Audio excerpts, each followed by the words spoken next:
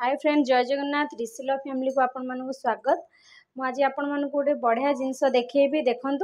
जोटा कि आपण मानकर हेयर फॉल हो चुटी छिंडुव झड़ुव चुटी पूरा रफ हो जाऊँ से आपण मानक गोटे बढ़िया जिनस देखी आपण मैंने मुंडरे केमती मेहंदी लगेबे देखु देखिपे मु नुपुर मेहंदी नहीं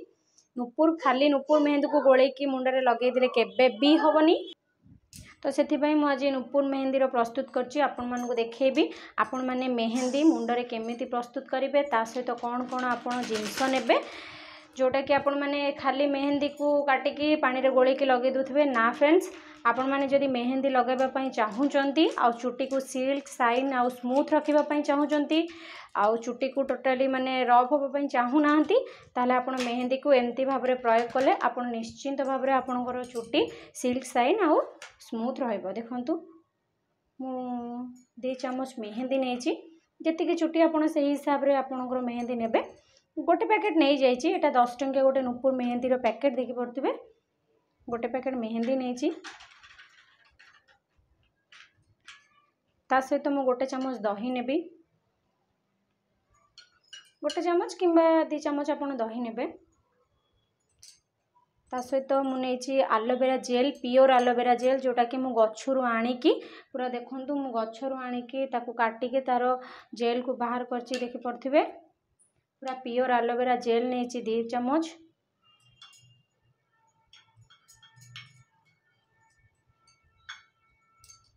फाले लेंबू नहीं लेंबू को भल भाव में चुपुड़ी तार रस बाहर करने कहीं लेंबूटा चुटी निहाती दरकार कहीं रूपी हटेबापी लेंबूटा निहाती जरूरी आपण मैंने जानी थे।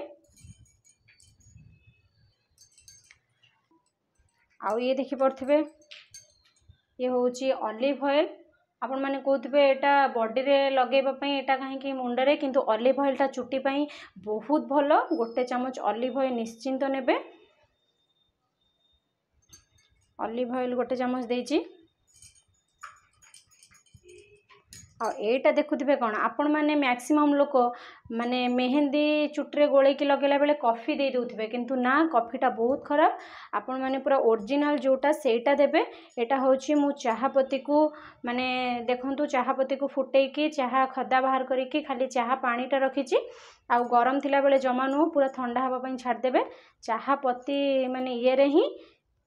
आपण मेहंदीटा को गोलेबे पानी टोटली भी देबेनी जदि टिके किछि भी काठुआ हे गला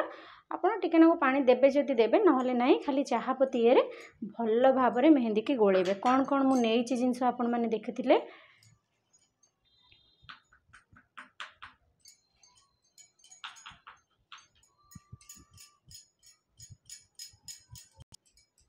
देखंतु भल भाव में मेहंदी की गोले देबे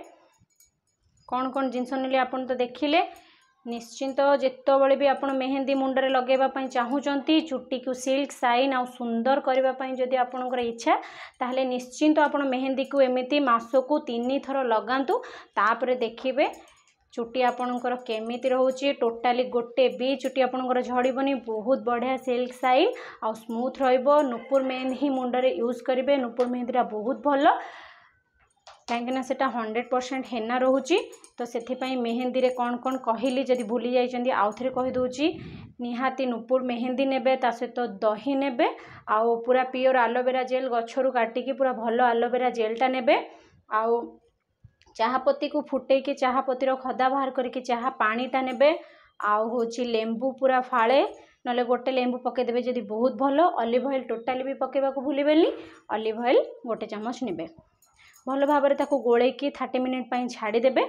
तापर आपण भल भाव में मुंडरे लगेबे मुंडरे लगेबा परे घंटे रु 2 घंटा मुंडरे छाड़ीदेवे मेहंदी सुखिबापी तापर सांपो नकरी बिना सांपोरे धोइबे ता पर दिन पछे आपण सांपो करि परिबे भल भाव में सांपो न करिके मुंड को 2 घंटा पर्यंत छाड़ीकी मेहंदी की लगेकी सुखिबा परे ताको धोइबे तापर देखिबे आपण मानकर चुटी केमिति रहूची देखंतु मु बढ़िया भाव में मेहंदी की गोलेकी रखी देइची